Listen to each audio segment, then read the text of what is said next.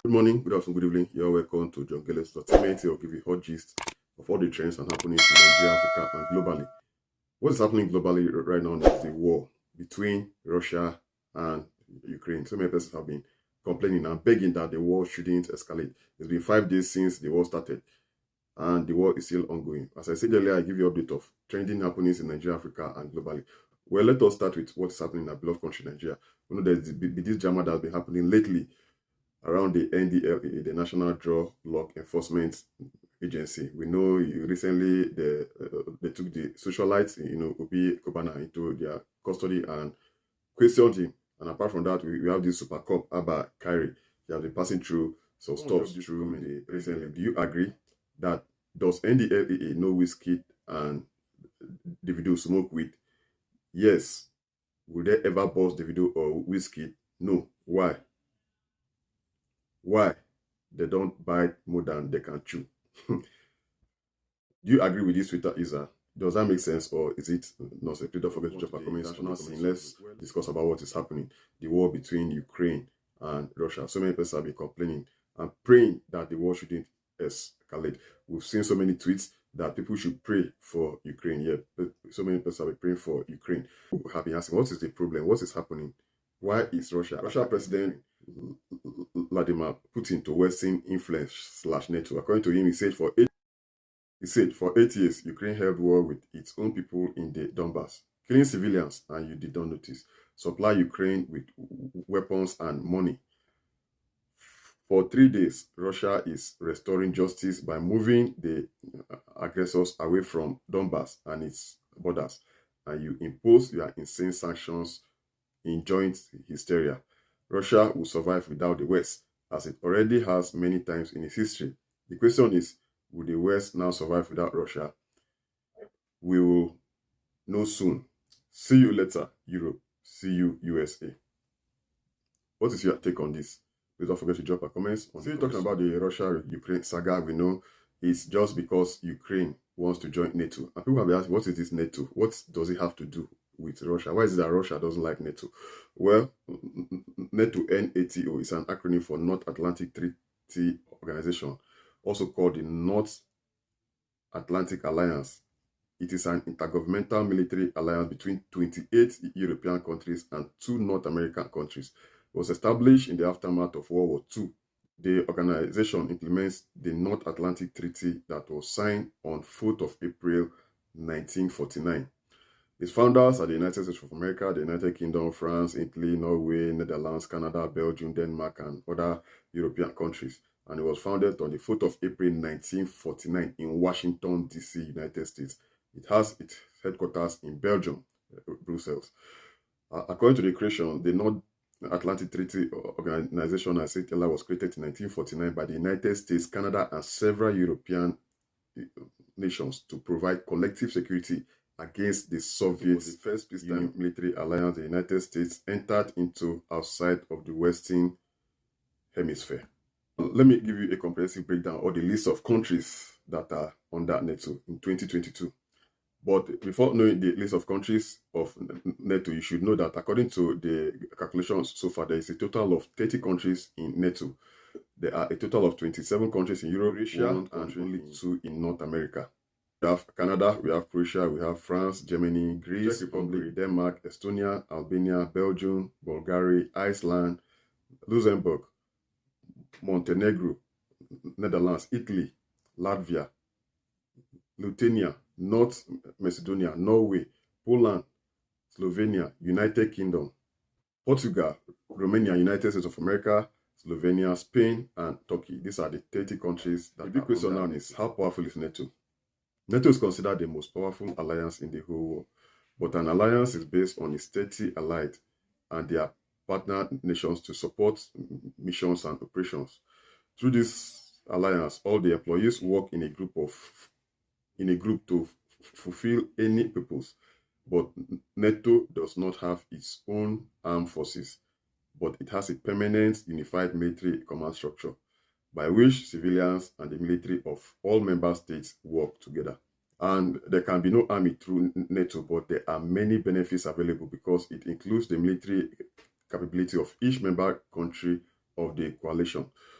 because all countries include some of the other armies, such as tanks, fighter jets, submarines, etc., but which they by which the cause of the alliance has been borne by its military power since 1949, due to which today it has about 3.5 million soldiers, personnel, and civilians, etc. Because of the alliance, all the members definitely contribute one way or the other.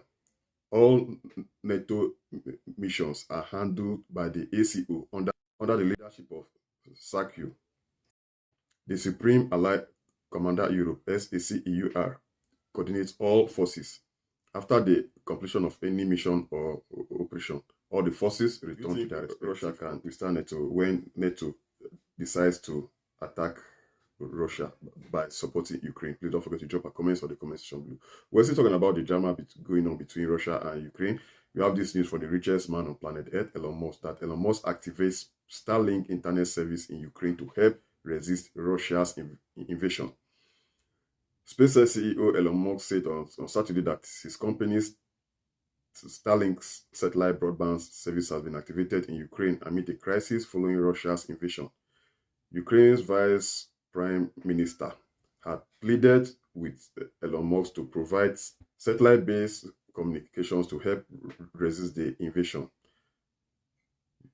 Responding to the Prime Minister, Musk tweeted, Starlink service is now active in Ukraine, adding that more terminals are in a tweet addressed to the billionaire. Fedorov has said, while you try to colonize Mars, Russia tried to occupy Ukraine. While your rockets successfully land from space, Russian rockets attack Ukrainian civil people. We ask you to provide Ukraine with Starlink stations. He called on Musk to addressing Russians to stand against their government's invasion. Fedorov later thanked Elon Musk and Ukraine's ambassador to USA for swift decision that allow Ukraine to activate the Starlink service. Ukraine has seen a series of significant disruptions of internet service since Russia launched military operations in the country on Thursday. Starlink operates a constellation of over 2,000 satellites that ease internet services across the planet, circumvent Russia's attempt to cut off Ukraine's internet from the world. The source of this is Republic World. Wow. So many persons have been putting in their best, try to, stem the tide between Russia and Ukraine. They don't want this war to happen. According to reports on Russian government website, continued to be down on Saturday as the country's invasion of Ukraine is in its third day. That was on Saturday, but right now it's in its fifth day. The Russian government website includes Kremlin and Ministry of Defense. They have been down for the third day in a row. So this is like bad news for Putin, as Russian government site is being hacked by the cyber group known as Anonymous. Well, breaking news that what the European Union and United States of America have removed Russia from SWIFT, the main global network for international bank transfers.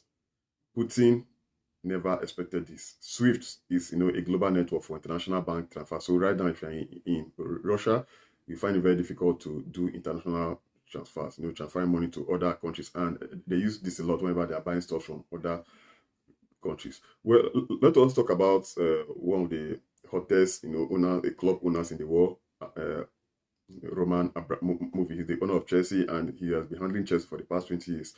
And Chelsea have been doing very well. Chelsea is like one of the hottest teams in the Premiership, not just in Premiership, in the world right now, because they won 2 Champions League in the past decade, in the past 10 years. We have this breaking news, that Chelsea FC owner Roman Abramovich hands over stewardship and care of club to trustees of his charity foundation. According to an official statement, Abramovich said, during my nearly 20-year ownership of Chelsea FC, I have always viewed my role as a custodian of the club, whose job it is ensuring that we are as successful as we can be today, as well as build for the future, while also playing a positive role in our communities. I've always taken decisions with the club's best interests at heart. I remain committed to these values. That is why I am today giving trustees of Chelsea's charitable foundation and stewardship and care of Chelsea FC. Currently, they are in the best position to look after the interests of the club, players, staff, and also fans. So, In a rare statement, the statement I just read, Chelsea owner Roman Abramovich has announced that he is stepping away. Talking about football, we have this news that UEFA poised to move Champions League final out of Russia following Ukraine attack. So many persons have been, I mean, they have not been happy with what is happening between Russia and Ukraine. You know, we are just recovering from the COVID. Yeah, from the COVID-19. We are still recovering. We haven't recovered fully. The war hasn't recovered fully. And all of a sudden, this like, you know, third world war. Thank you guys for watching John Gillis Entertainment. We hope you are entertained. Make sure you hit the subscribe button, the bell notification, and feel free to share this video on any of your social media platforms. Take care of you and have a memorable day.